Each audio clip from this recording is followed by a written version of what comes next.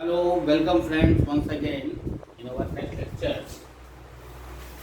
देखिए पिछले टर्म में हम लोगों ने एवरेज स्पीड और ये पढ़े थे कि particle moves with speed v1 and v2 for equal time interval. Then average speed क्या था, v average equal to v1 plus v2/2। अगर तीन पार्ट में ही हो जाएंगे।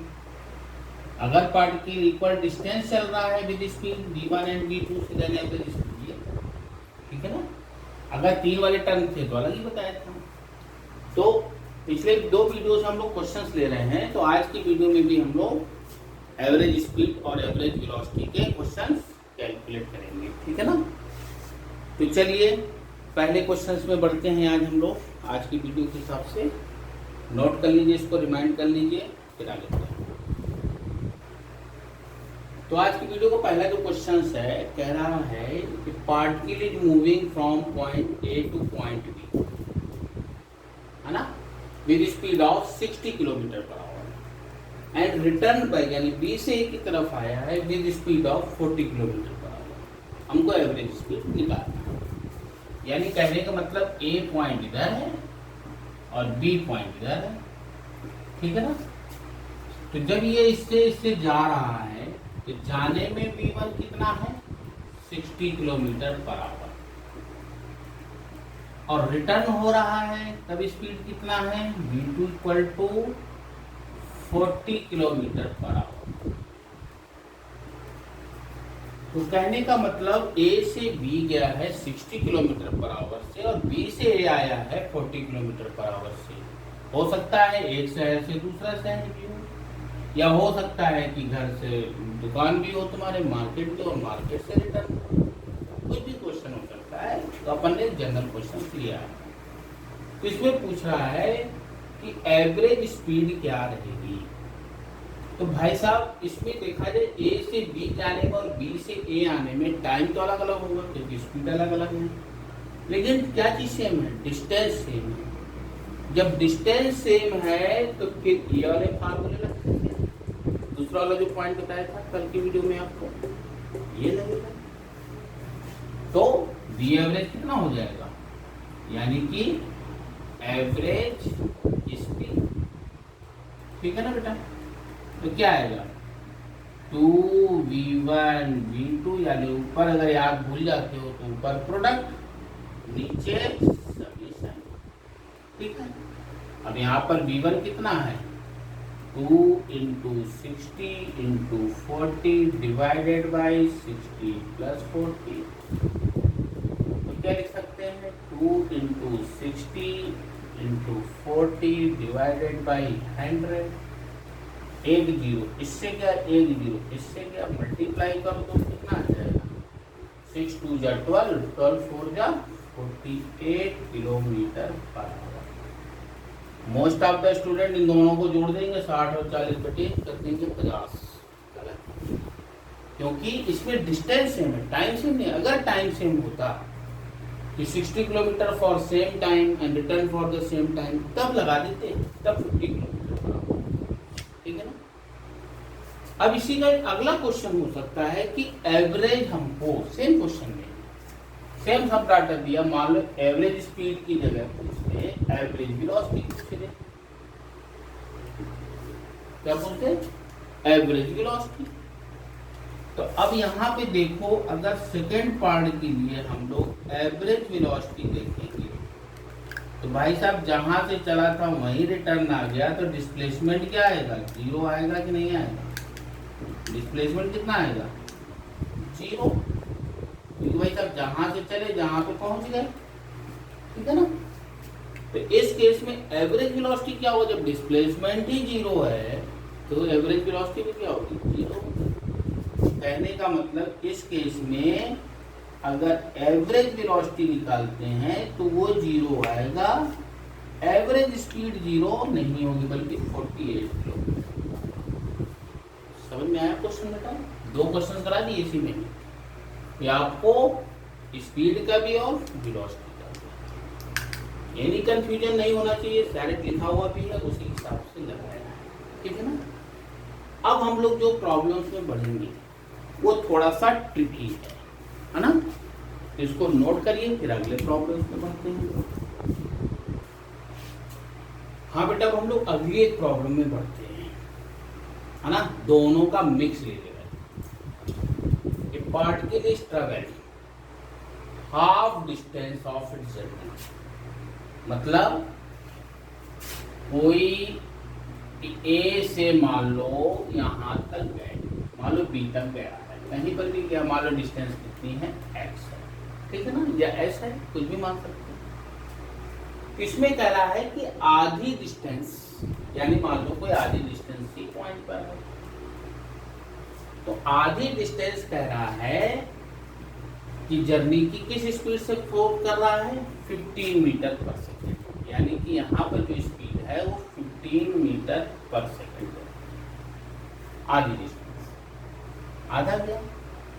अब कह रहा है नेक्स्ट हाफ जो डिस्टेंस है, यानी आधी बचेगी, next half distance it cover with speed 4 metre per second and 6 metre per second, मतलब यहाँ पर टाइम इक्वल है। तो अब इसमें कह रहा है आधे टाइम के लिए, यानी कि आधे टाइम के लिए किस स्पीड से चल रहा है, 4 मीटर पर सेकेंड से, और आधे टाइम के लिए चल रहा है 6 मीटर पर सेकेंड से। तो टोटल जर्नी का हमको एवरेज स्पीड निकालना है। देखो यहाँ पर क्या इक्वल है, टाइम सेम है ना बेटा, टाइम क्या है, सेम है ना, आधी डिस्टेंस है, यहाँ पर डिस्टेंस आती है, ये भी डिस्टेंस आती है, लेकिन यहाँ पर टाइम सेम है, यानी आधे टाइम के लिए 4 मीटर पर सेकेंड और आधे टाइम के लिए 6 मीटर पर सेकेंड से चल रहा है, ठीक है ना। तो हमको एवरेज स्पीड निकालना है। तो जब टाइम इंटरवल इक्वल है तो ये पहला वाला टर्म लग जाएगा, क्या लगेगा, पहला वाला टर्म, यानी v1 प्लस v2/2। तो इस पार्ट के लिए जो एवरेज स्पीड होगी वो क्या आ जाएगी बेटा, ध्यान से समझो, क्या आएगा, v एवरेज इक्वल टू, दोनों को जोड़ दो, 4 + 6 / 2, तो 10/2 equal to 5 metre per second. ये पहले पार्ट का आ गया, ठीक है ना। अब इसको आगे अगर बढ़े कि आधी डिस्टेंस ये 15 मीटर पर सेकेंड से मूव कर रहा है ना, ए से मान लो सी पॉइंट, और सी से बी तक जो जा रहा है किस स्पीड से जा रहा है, 5 मीटर पर सेकेंड से जा रहा है। अब इस केस में ये भी डिस्टेंस एस है और ये भी डिस्टेंस एस है, यानी इस केस में आधे डिस्टेंस होगा, तो आधी डिस्टेंस तो 15 मीटर पर सेकेंड, आधी डिस्टेंस 5 मीटर पर सेकेंड, इसमें क्या इक्वल है, डिस्टेंस इक्वल है, तो ये वाला फॉर्मूला लग गया, ठीक है ना। तो अब यहाँ पे जो ये पहला पार्ट हो गया, ये पहला स्टेप हो गया, ये दूसरा स्टेप हो गया, तो इसमें क्या सेम है, क्या सेम है, डिस्टेंस आर सेम, दोनों को कॉन्सेप्ट यूज कर लिया, डिस्टेंस सेम है। अब डिस्टेंस सेम है तो एवरेज स्पीड कितनी होगी बेटा, एवरेज स्पीड तुम्हारी हो जाएगी v average equal to 2v1 v2/v1 + v2, है ना। अब इसमें देखा जाए v1 कितना है 15 और v2 कितना है 5, तो 2 × 15 × 5 / 15 + 5, सबका मल्टीप्लाई कर दो भाई, 2 × 15 + 5/20। अब देखो काटो, 5 × 4, 2 से काटा 2, यानी कितना आ जाएगा 15/2, यानी कि 7.5 metre per second, that will be answer. इसमें दोनों कॉन्सेप्ट यूज हुए हैं, तो अगर दोनों कॉन्सेप्ट यूज हुए हैं तो पहले इस कॉन्सेप्ट का यूज करके आधे पार्ट के लिए निकाल लिया एवरेज स्पीड क्या है, और फिर आधे आधे करके दोनों का इसका निकाल दिया, ठीक है ना। अच्छा क्वेश्चन है, कॉन्सेप्ट वाइज है, कॉम्पिटिशन्स में आए हुए हैं, ठीक है ना। नोट करिए, फिर अगले प्रॉब्लम में चलते हैं। अब एक अगला क्वेश्चन चलते हैं जिसमें ये फार्मूले लगेंगे ही नहीं, अपना original concept. A particle travel first 1/4 distance, यानी चौथाई डिस्टेंस। जैसे मान लो एक शहर से दूसरे शहर की दूरी 100 किलोमीटर, तो चौथाई कितना हुआ 25। तो जो 25 किलोमीटर है वो किस स्पीड से चल रहा है 8 मीटर पर सेकेंड। अच्छा, रिमेनिंग कितना बचेगा, 25 निकल कर कितना बचा 75। तो जो 75 डिस्टेंस है वो किस स्पीड से चल रहा 4 मीटर पर सेकेंड से। वो तो अपन ने 100 माना है, तो समझ में आ गया 25 कैसे आया 75 कैसे आया। तो calculate average speed of it journey. अच्छा, इसको कैसे कर सकते हैं, देखो बेटा, यहां से यहां तक अपन ने कोई डिस्टेंस मान ली है ना, तो ये तो 1/4 डिस्टेंस हो गई है ना। तो अगर टोटल डिस्टेंस हम लोग x मान लें तो चौथाई कितना हुआ x/4, ये डिस्टेंस हुआ ना। अरे s/9 तो x/4। अच्छा, यहां से यहां तक जो जा रहा है किस स्पीड से जा रहा है 8 मीटर पर सेकेंड से, लेकिन इसके बाद जो चल रहा है वो 4 मीटर पर सेकेंड से। थक गया बेचारा इसलिए स्पीड उसकी कम हो गई। तो अब ये डिस्टेंस कितनी होगी, ये डिस्टेंस कैसे निकालेंगे, टोटल डिस्टेंस है इसको घटा देते हैं तो ये डिस्टेंस आ जाएगी है ना। इसको घटाएंगे तो कैसे निकलेगा x माइनस x/4। अब इसको घटाने के लिए क्या करेंगे 1 लेते हैं ना, 4 यहाँ पे लिया तो क्या आएगा 4x माइनस x, तो कितना आ गया 3x/4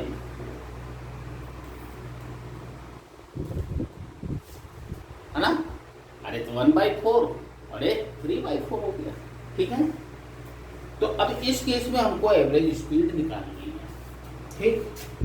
तो अब ये एवरेज स्पीड अपना वही फार्मूला क्या था, डिस्टेंस अपॉन क्या वैल्यू थी टोटल टाइम है ना। तो डिस्टेंस कितनी है, पहली डिस्टेंस कितनी है x/4, दूसरी कितनी है 3x/4, दोनों को जोड़े तो आंसर 4 आ जाएगा। यहां पर टाइम मान लिया कितना लग रहा है, इसमें टाइम t1 लग रहा है और इसमें टाइम मान लिया t2 लग रहा है। तो टाइम हमको नहीं मालूम है ना, तो t1 प्लस t2, तो क्या लिख सकते हैं x/t1 प्लस t2, ठीक है। अब फिर वही टाइम इक्वल टू क्या होता था डिस्टेंस अपॉन वेलोसिटी। तो यहाँ पे अगर t1 देखेंगे तो कितना आ जाएगा x/4 इंटू v1, t2 कितना आ जाएगा 3x/4 इंटू v2। तो t1 की वैल्यू कितनी हो जाएगी x/4 इंटू कितना है 8, और t2 कितना हो जाएगा 3x/4 इंटू 4। तो t1 की वैल्यू कितनी आ गई x/32 और t2 कितना आ गया 3x/16। c1 t2 आ गए, बस इस फार्मूले में रख दो, सॉल्व करना है। यहाँ रखेंगे तो क्या आ जाएगा b एवरेज है ना, एवरेज स्पीड x/x कितना है 32, यहाँ पर x/3x है अपॉन 16, इससे x कॉमन ले लो नीचे वाले से, तो जब x कॉमन ले लेंगे तो 1/32 प्लस 3/16, इन दोनों को तो x कट गया। तो v एवरेज, अब देखो इसमें डायरेक्ट फार्मूला नहीं यूज किया हम लोग ने, क्या यूज किया कॉन्सेप्ट।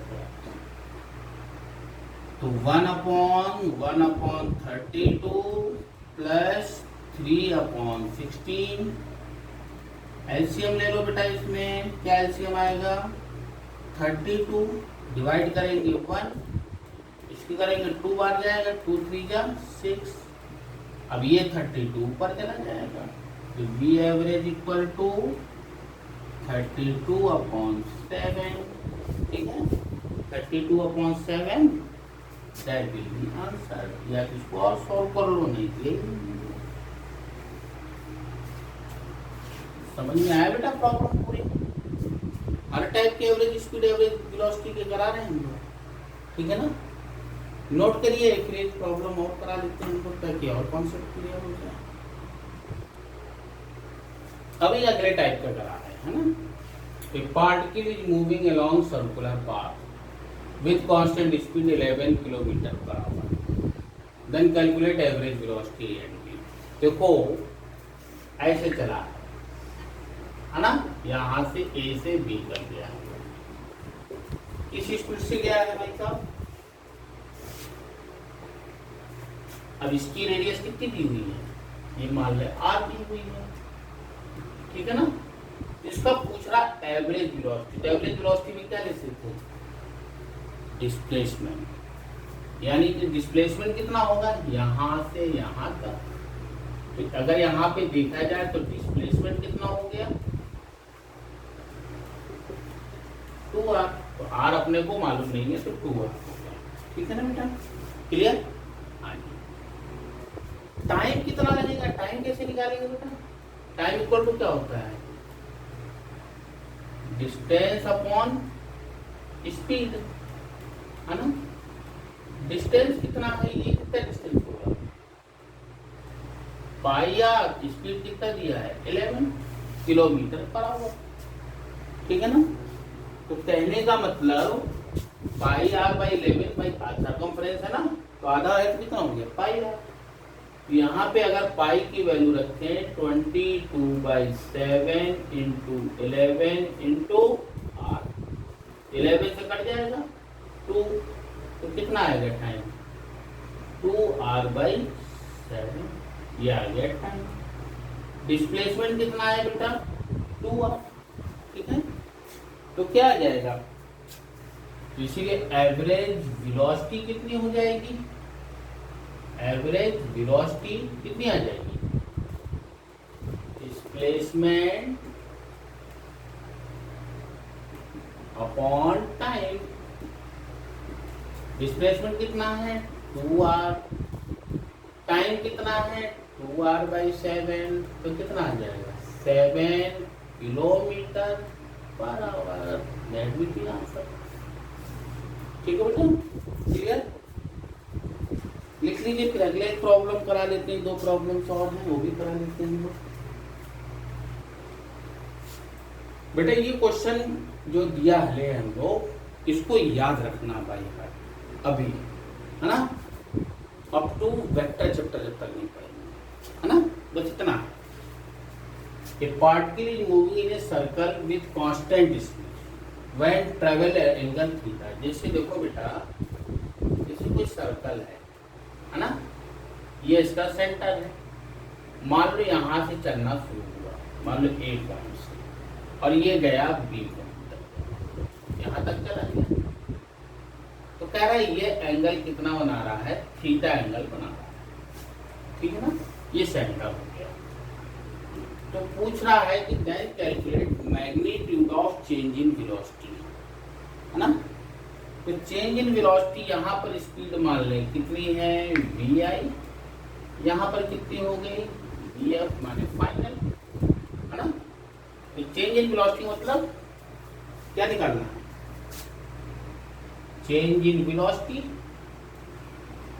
चेंज इन वेलोसिटी यानी कि delta v equal to v final minus v initial, है ना। तो सब्ट्रैक्शन ऑफ वेक्टर का बेसिकली क्वेश्चन है, लेकिन अपने को ध्यान रखना है इसको। अब इसका अगर मैग्नीट्यूड निकालेंगे तो 2 डंडे लगा देंगे। इसका मैग्नीट्यूड लगाते हैं, अगर एक कांस्टेंट स्पीड है तो vi का magnitude must be equal to v final का मैग्नीट्यूड, स्पीड सेम होगी ना, इसको मान लिया v। तो इस केस में v माइनस v नहीं कर देंगे, बल्कि क्या हो जाएगा 2v साइन थीटा बाई 2, ये आता है। ये रिजल्ट को अभी आप फिलहाल याद ही कर लीजिए, ज्यादा करिए सब कुछ नहीं, है ना। इसी में नोट डाल लो, एक थीटा की वैल्यू अगर 90 डिग्री है, मान लो 90 डिग्री घुमा के बाद टोटल कितना होता है 360, यानी क्वार्टर सर्किल। अगर थीटा की वैल्यू 90 है तो डेल्टा v का मैग्नीट्यूड कितना हो जाएगा 2v साइन 90/2 यानी कि 45 साइन 45 की वैल्यू कितनी होती है 1/√2 है ना। तो डेल्टा वी की वैल्यू कितनी आ जाएगी 2v√2 का ऊपर नीचे मल्टीप्लाई कर दो √2 × √2। देखो ये कट गया तो क्या बचेगा v√2 मीटर पर तभी आ जाएगा। नहीं तो जनरल केस के लिए ये लगा देंगे थीटा अगर दिया है चेंज इन वेलोसिटी।